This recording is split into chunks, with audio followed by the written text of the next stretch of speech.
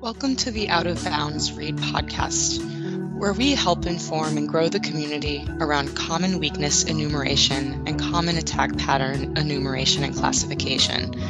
This podcast is produced by the MITRE Corporation with funding from the Cybersecurity and Infrastructure Security Agency.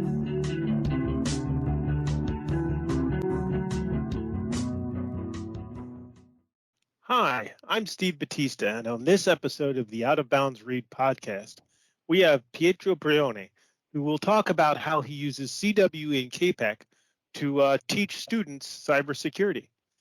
Pietro, it's great talking with you. Hi, Steve. I'm happy to be here.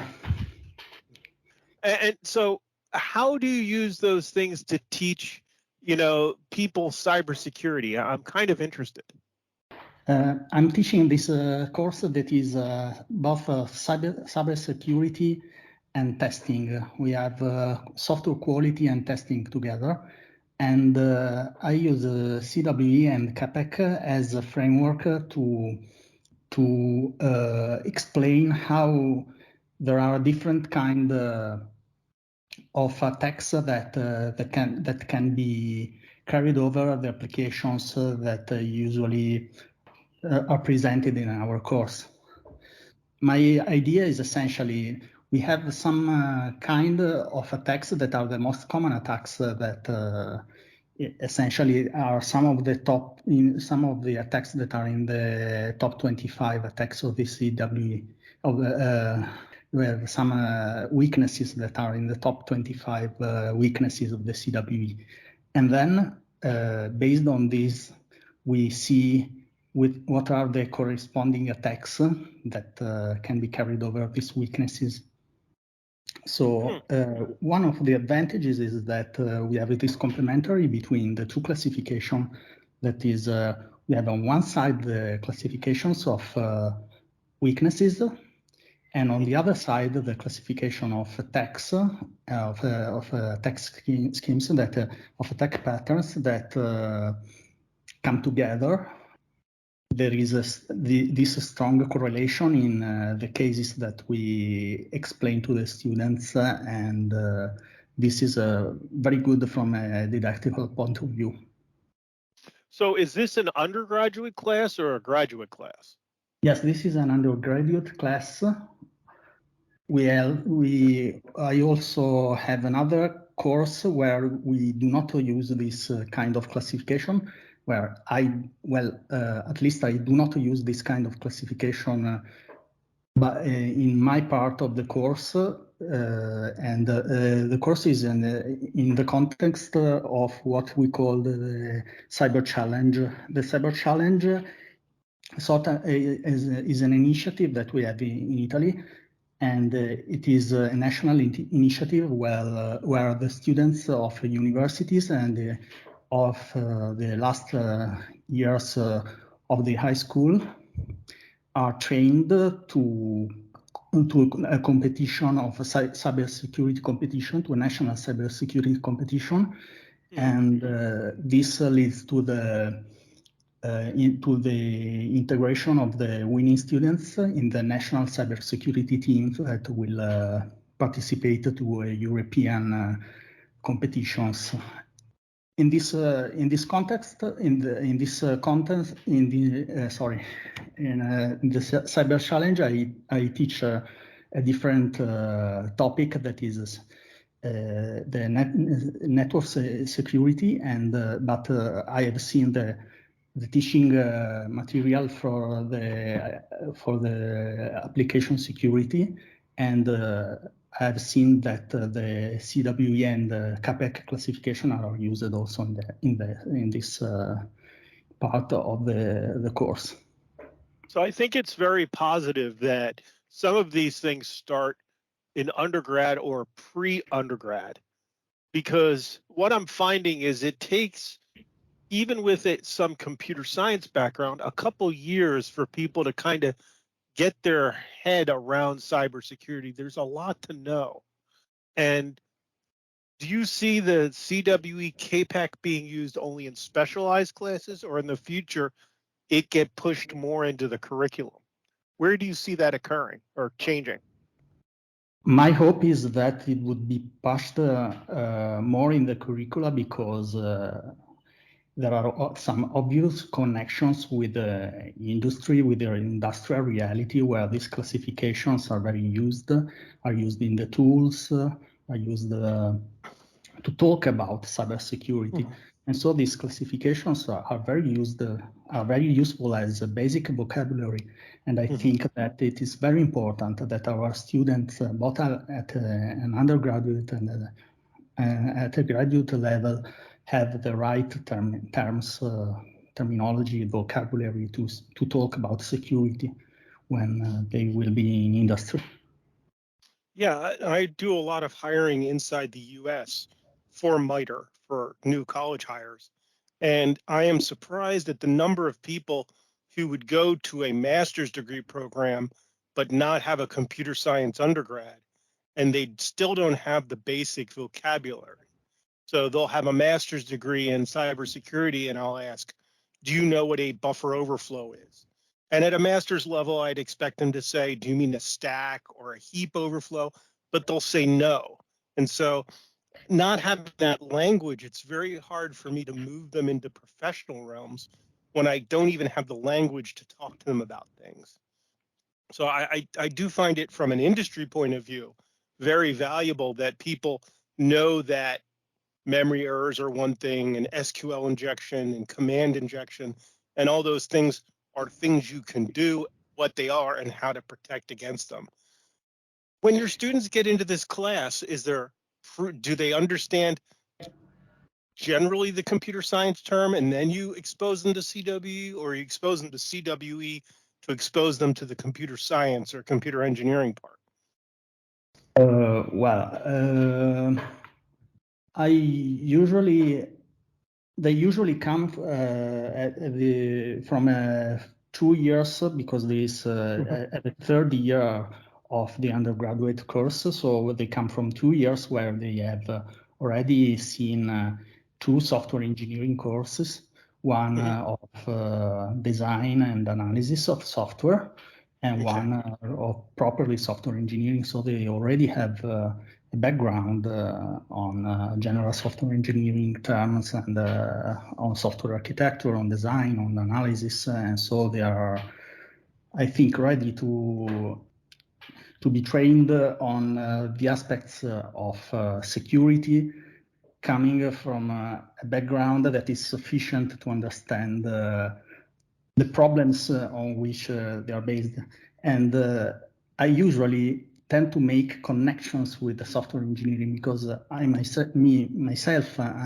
come from a software engineering background.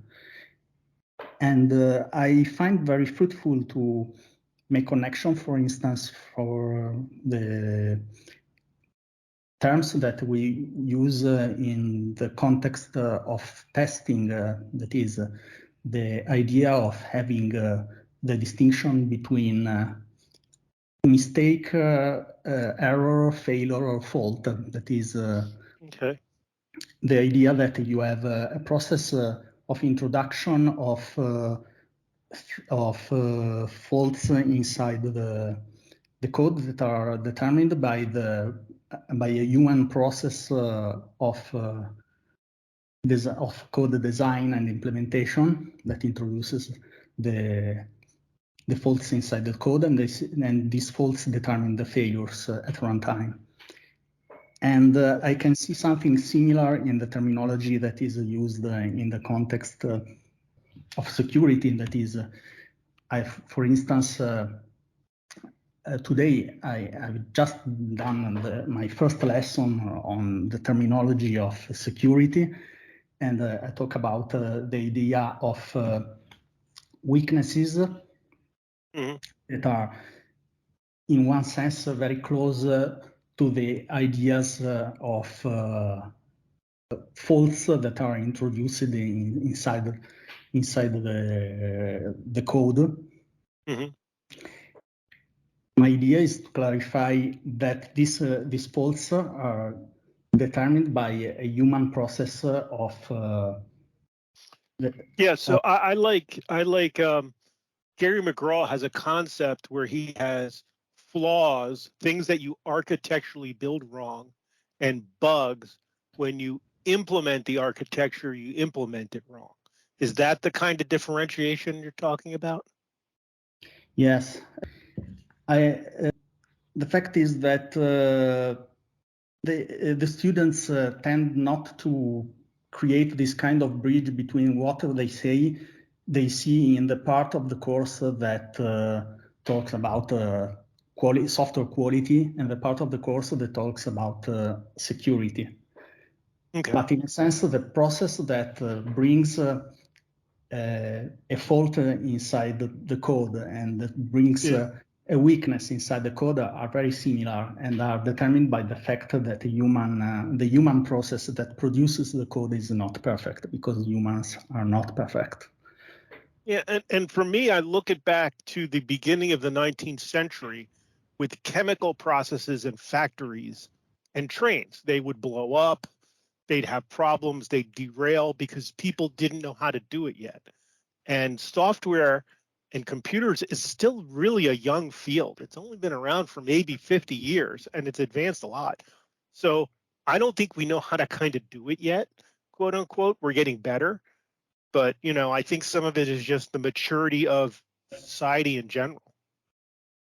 Yes, in a sense, it is really incredible the kind of complexity of the software systems that are deployed today and on which we depend for our well-being, our lives. And I just think about, for instance, collision detection Yes.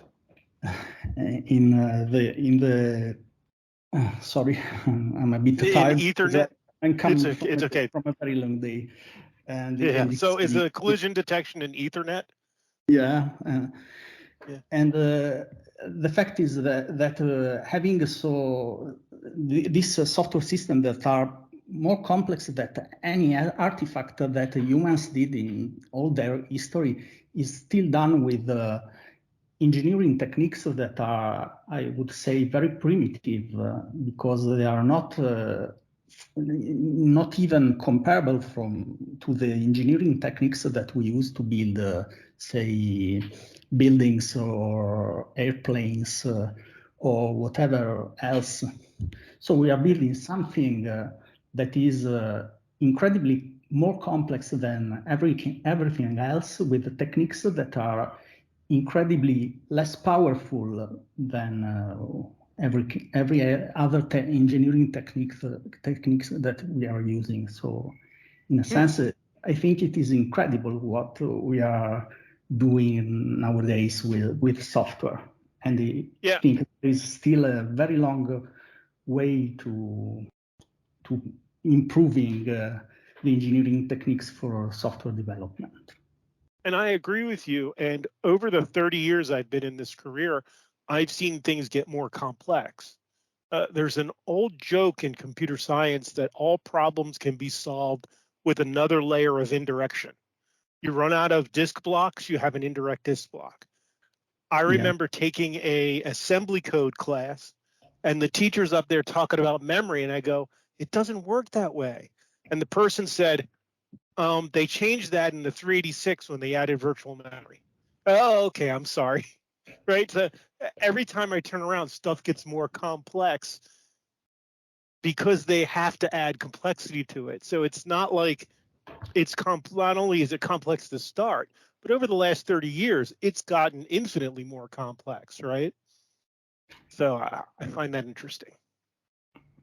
Yes, and it is this kind of problems of this complexity that we want to transmit to the students.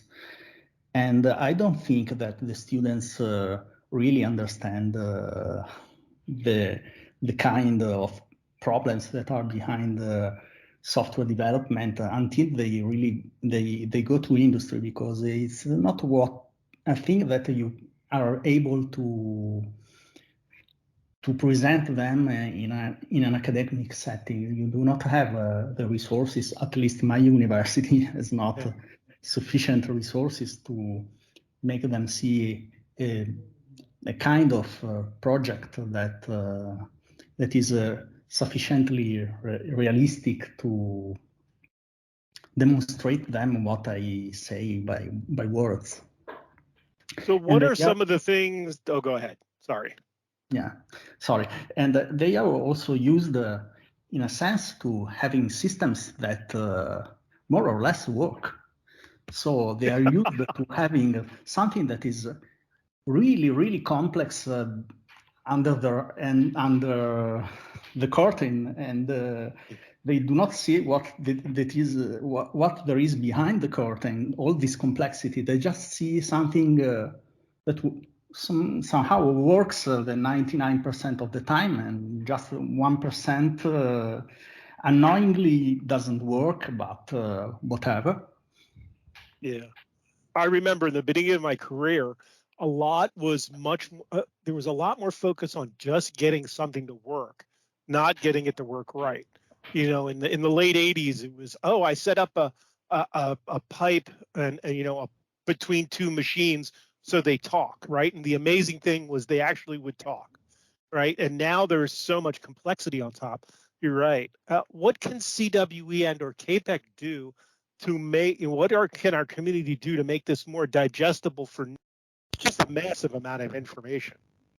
Yeah, this is another thing that is, I think, very interesting about this classification is simply the presenting how in time the most important, say, the top 25 weaknesses are evolving, because in a sense, I think that today I made a notice to, I presented to the students. It was one of the reports from IBM, the last report from the cybersecurity group from IBM, and there were two interesting graphics, and one was the most important infection vectors, and on the top there was the social engineering vector that was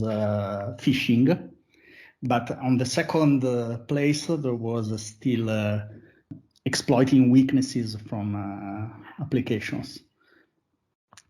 And the other interesting thing was that the number of vulnerabilities in software in a cumulative way is growing exponentially. And do you think that's because the quality is dropping, or because the volume is increasing and people are paying attention? I don't think it is because the quality is dropping. I'm not really optimistic. I don't think the quality is dropping, but I also do not think that the quality is improving.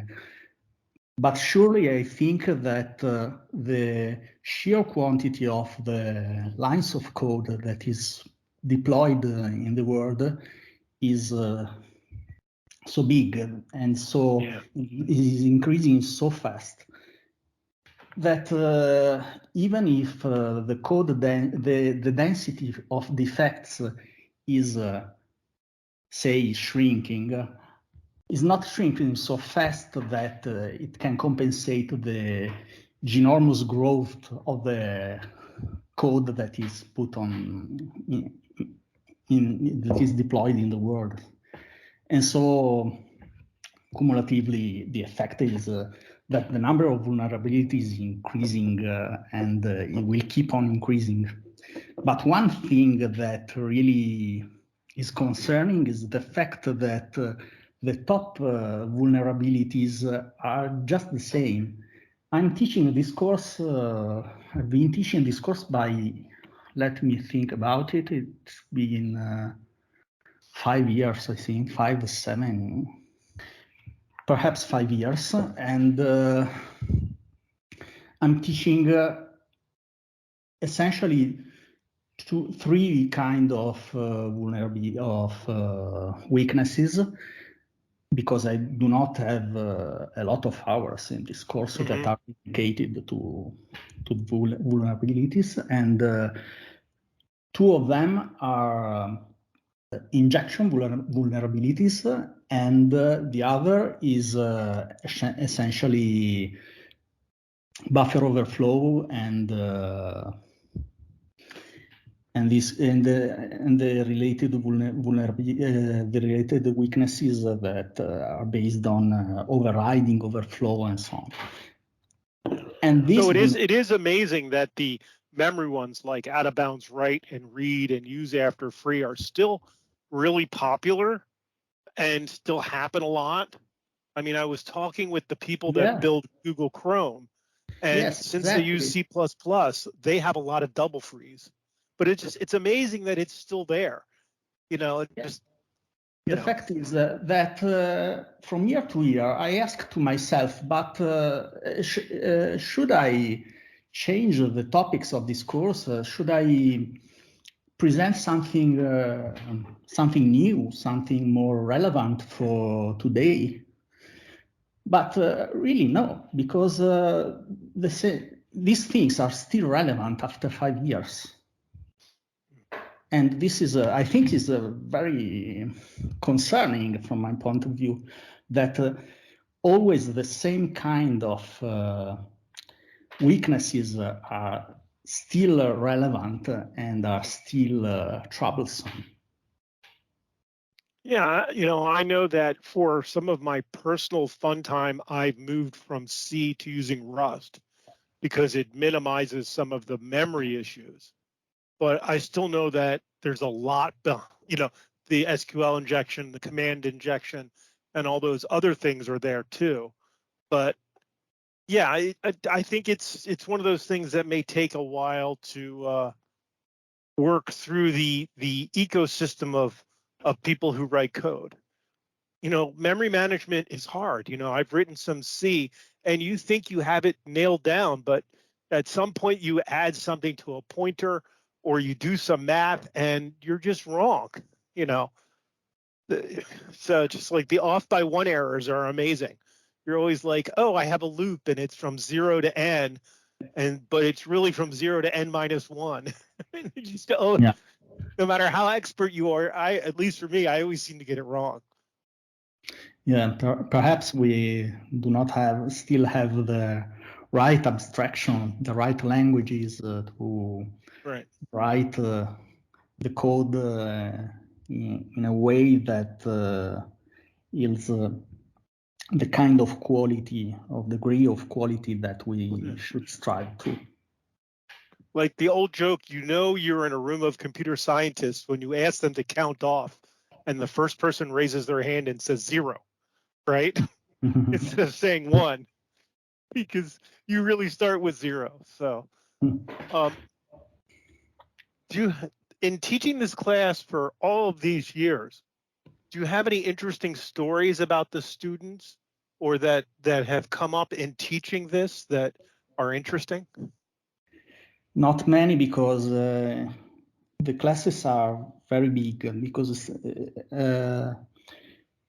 while this course is a third-year course, it is still a 200 people course. Wow! And yes, it is very, very hard to teach it and have a personal relationship with the students in the mass of the class. You really get lost. It's interesting because when I've got my computer science degree, I went to Villanova in the US. It was the first year they offered that degree. If I would have graduated a degree earlier, it would have been mathematics because they had just gotten it certified. And 36 people started and 12 graduated.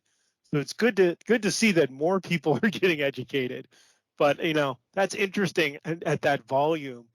It must be hard to interact with those students. It also has been really harder in the last years with the lockdown, because we had a lot of teaching through Zoom classroom, and so we interacted even less with the students. And that's really interesting. Yeah, a lot of interaction has been lost, and I don't think it will be recovered very soon, because we returned with in classroom lessons, but still the students prefer to follow from home. And I find myself in the situation where my classroom is almost empty, and there are a few students that follow, and most students still prefer to follow from home. But this is I think this is a big loss, because no one from home is stimulated to interact, to ask, and I cannot interact with them. I cannot ask questions. I cannot involve them in a discussion. But they do not seem to care. Because that interactive, are you interested in this specific thing, and going to talk about that is really valuable. But this has been go ahead. Sorry, I think it is also a cultural matter, because in the USA, I've seen that there is a culture of universities where teachers and students interact much more. But in Italy, the things are quite different. Students tend to see the lessons as a one-way talk, where the teacher talks ex cathedra and gives some notions, and they stay there and absorb. And it is quite hard to make them move from this kind of mentality. That's interesting, because while it's culturally in the U.S., I've learned that interaction at work is really important. We hire a lot of junior people, and I tell them, you have new eyes. You're going to see things that an old person like me don't see, and I want you to bring them up, because you have a different perspective. And so, having them they could be right, they could be wrong, but having them bring them up is really valuable. This has really been a great conversation. Thank you so much, Pietro. It was really great for me also. Thank you.